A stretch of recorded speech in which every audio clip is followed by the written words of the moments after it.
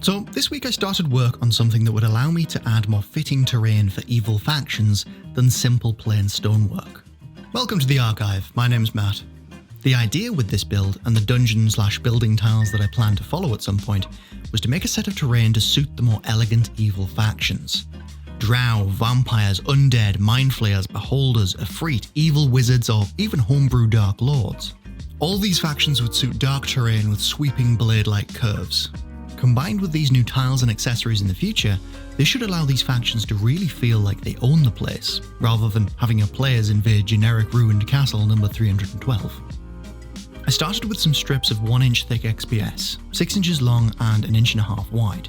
I cut the 1-inch side of these to be sloped by cutting from one corner to halfway across the edge on the opposite side to give the column its tapered appearance. Important point here, you don't have to make the tower slope upwards like this. If this makes it a little bit too complicated for comfort, just cut the side angles like I show in the next step. It should work just fine. To make this a lot easier to do, I used the template once to cut the rough shape freehand, though you could use a ruler. Giving this cut a smooth finish isn't important, because this one is just a guide. As long as it's smooth enough to place another piece against like this, you can use it on the proxon to cut the other pieces quickly and smoothly. Once cut, I kept the off-cut piece for each one to use in the next step. Keeping the two together, I used the off-cut as the flat edge to keep the column stable and square, while I cut the other sides into an equilateral triangular prism. Or at least it was in the original design when the foam was thicker. Now it's more like a trapezium. Either way, I used the free template on my Patreon, though you could do it by working out the measurement if you're a mathematical masochist. I cut the triangle into the square at the bottom before lining it up and cutting. Two things very important here. Make sure you measure the triangle on the angled side of the bottom, the edge that starts wide and slopes up thinner towards the top. And also make sure to place the piece with the sloped side down when cutting. Basically, you want the off-cut piece on the bottom. And as a final extra quick tip, to keep the off-cut in place, you can slap on some blue tack to the side that you're not cutting to hold it in place temporarily. I use the Shifting Lands angle cutter for this, but I've shown before in previous videos how you can use the basic proxon.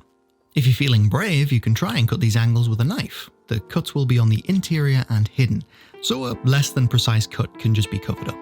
When done, you should end up with something like this. Now do it 5 more times and you've got a column. Kind of. Yeah, I'm not done yet. But did you expect me to keep it simple? You can just use it like this if you wanted. It's a nice easy way to get a complex shape for all kinds of unique, interesting builds. But next I wanted to add some accents to the column. Something to stick out and scream, "This is the bad guy's place, don't feel bad about killing the goons." To do this, again, I used a free template that I made to cut a bladed shape out. I cut this from 0.5 mm thick styrene sheet, because I like the texture that I can get for it, but you can easily use cereal card for this. I actually found that you can use a glue stick to stick the cutout template to the piece, and once it's dried after the piece has been cut, it can just be peeled away, not leaving anything behind. Cutting it from styrene takes a little bit of care not to stray from the line. I found it easiest to go slowly and carefully, in 2 or 3 cuts, even though you could cut through in one go.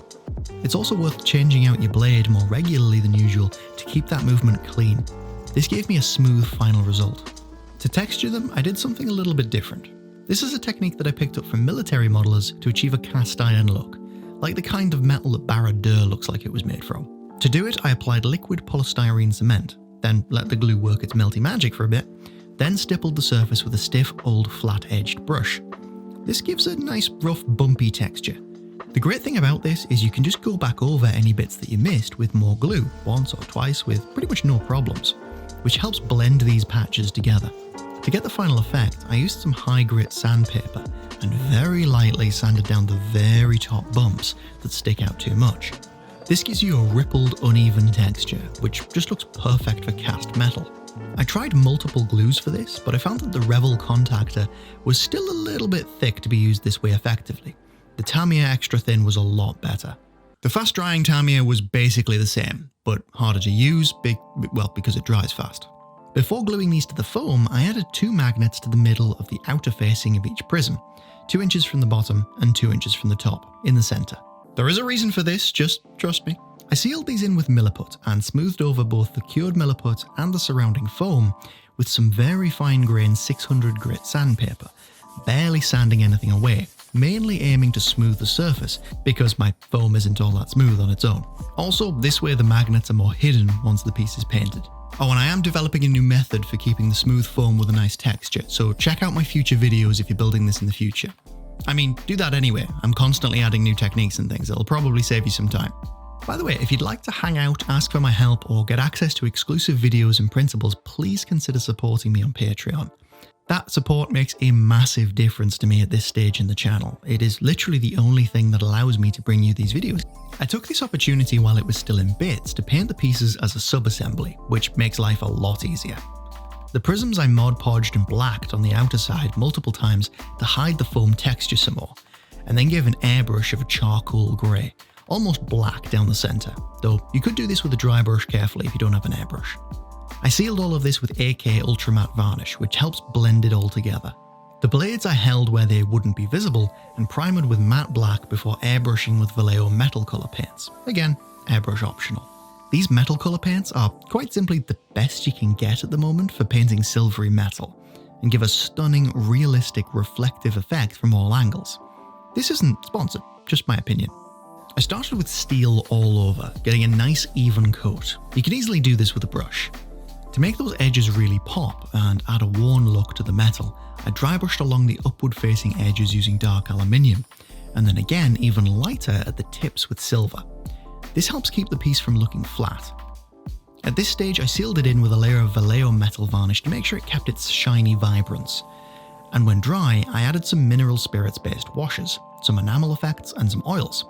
This is something I've been trying to learn how to use more. These are not good for your skin, so safety glasses, nitrile gloves and filter masks are kind of important here, because although Artist's White Spirit isn't as bad as the normal stuff, you still don't want it on your hands, lungs or eyeballs.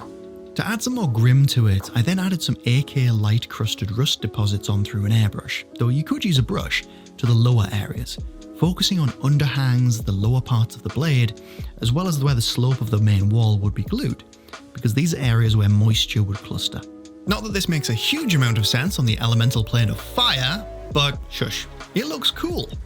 I dried this quickly with a hairdryer and then went back in with another brush, stippling at the rust patches to make them more ragged and uneven, like rust, and added those ragged holes using a flatter, more ragged, tougher brush.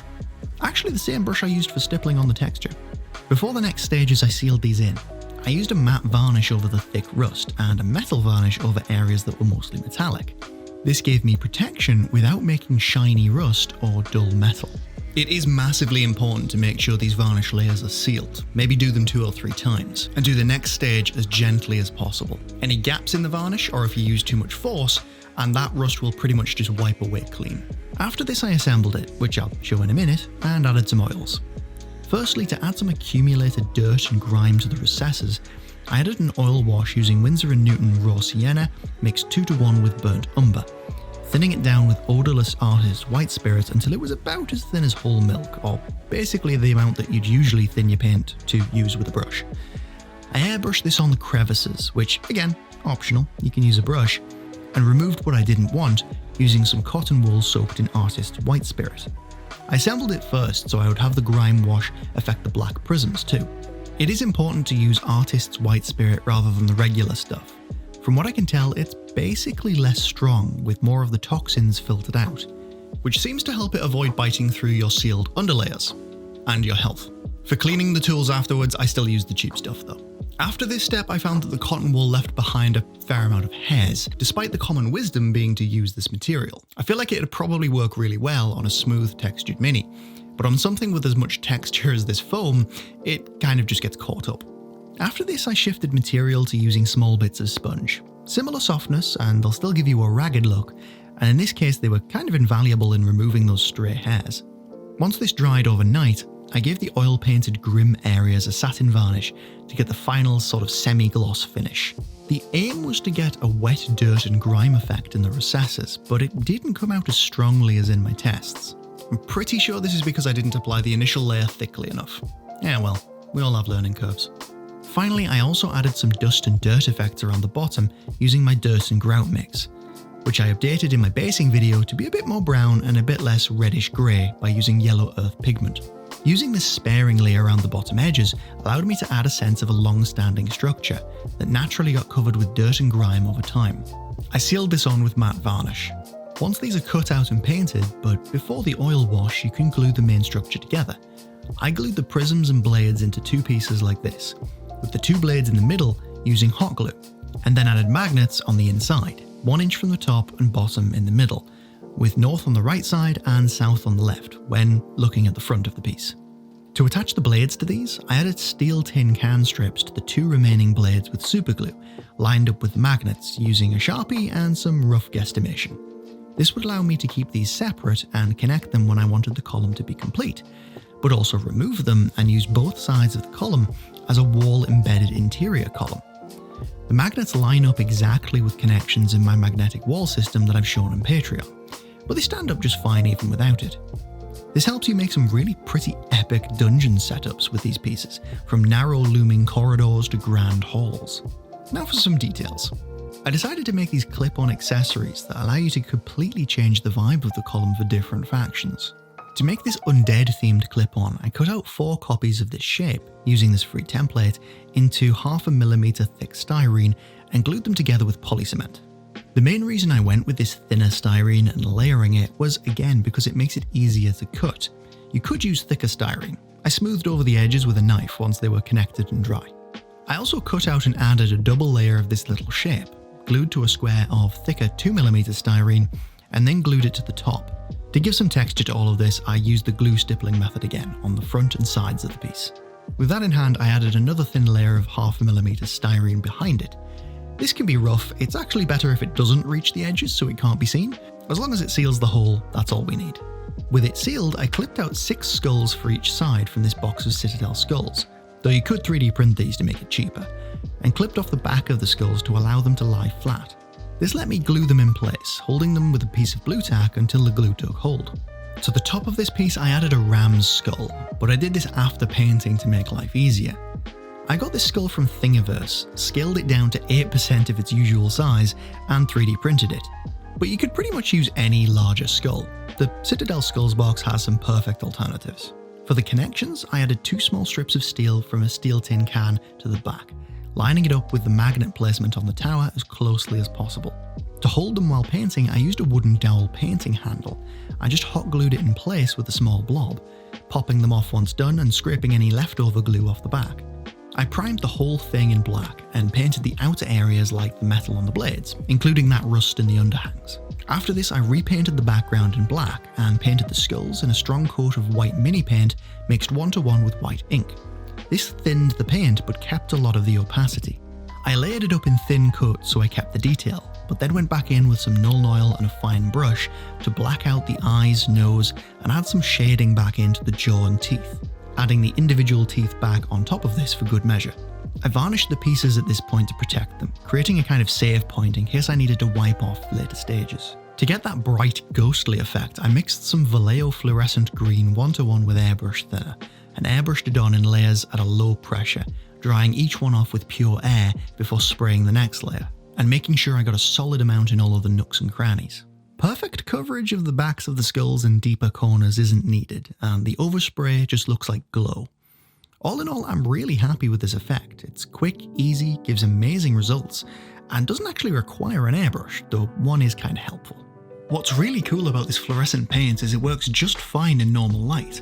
It's still a lot brighter than normal paint, even with zero extra effort, but if you turn on a UV light, even in a fully lit room, the fluorescent bits stand out even more, while the rest of the paint job barely changes. And of course you can go even further if you drop the lights, though I probably wouldn't go this far.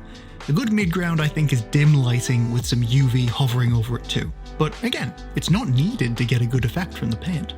With that done, I moved on to the ram's skull. I decided to try and paint the ram's skull really well, despite having not managed this with skulls at all in the past, by trying my best to follow a Squidmar tutorial. I put all of these on the end of a cocktail stick with a dab of hot glue, and zenithal primed them. This gave me a good map for where I needed the light to be. After a base coat of Rhinox hide on the most shadowed areas, I layered up the next layer using Steel Legion drab, only adding paint where I was probably going to actually leave it showing. I then went brighter and brighter through Xandri Dust, Morghast Bone and Screaming Skull as I got higher up the skull where the light would hit most prominently, and superglued it in place, giving the bottom one light spritz of fluorescent green to tie it in. This actually turned out remarkably well, further convincing me that Emil has some kind of Nordic magic at work. If you want to use these for another faction, I've included a template for patrons for Drow and Efreet variants, where you just need to cut the template from 0.5mm styrene or serial card. The pattern is printed on and comes in one variant for painting with fluorescence, as well as an easy pre-coloured version. Once you've cut the pieces of styrene, they just need gluing together with superglue, because polycement won't work on the paper, and then prime and paint the outer areas metallic. I filled in the hole with silly putty so I wouldn't get any on the printout, and then filled in the inner edge with a brush. Though honestly, the better idea would probably have been to paint it separately and then glue it together and paint the outsides. So do that. From there you can use your fluorescent mix of choice either as a glaze or through an airbrush again. I found that the fluorescent orange becomes more like fire and less like a high-vis jacket if you mix in some yellow, and you can get purple by mixing blue and magenta. This way the tower can be glowing green with skulls for a Necromancer of Orcus, purple with dark script for the Drow, orange with primordial runes for the Efreet, or pretty much any colour or faction that you can think of. I'll probably add some more in future. I will say I wasn't totally happy with how the fluorescent purple turned out. Fluorescent blue seems to pretty much kill the bright glow of any fluorescence that it's mixed with, probably because it's so dark. So in future I'd probably do the Drow stuff pure magenta, because purple's got to go out of style in the Underdark at some point. Now, that's a good start, but I wanted to add even more modularity and detail. A flat-topped tower is all very well and good, but I wanted to have some options here. I started with the idea of having some kind of spirits bound to the column for the Necromancer version, tortured souls that were forced to serve, or something like that. I started by picking some ghost minis that I liked. More or less any ghosts will do for this. I made a removable hexagonal dais for the column top using 2mm styrene and a template, though you could easily use XPS foam or chipboard for this, and layered the slightly smaller hexagon over it with polycement, cut from 0.5mm styrene. I drew and carved an ornate eldritch pattern into it, again because I'm lazy and can't draw. I sealed the template in place with some glue stick glue like before, and cut the pattern in through it, before deepening them with the sharp sculpting tool once done, and trimming down the top to get rid of the raised edges of the cut. This gave me the perfect base for my ghosty boys, who just needed a bit of a paint job first. I attached them to a wooden handle with some hot glue. This is a kinda useful method for sealing minis to a wood handle, because for the most part they can just peel off with some force and you can trim away the excess. I started by doing a zenithal prime, but did it a little bit differently. Instead of aiming the airbrush from above, I focused it on the spirits' faces and their point of contact with the ground, almost like the light was internal at those points, and pushed the brightness to full opacity on the faces, fading towards the middle and bright again at the bottom. This is an idea I picked up from Dana Howell, so thank you for that. I also did this behind their faces to make sure these areas weren't in shadow, which helps with the illusion that the face is the source of the light.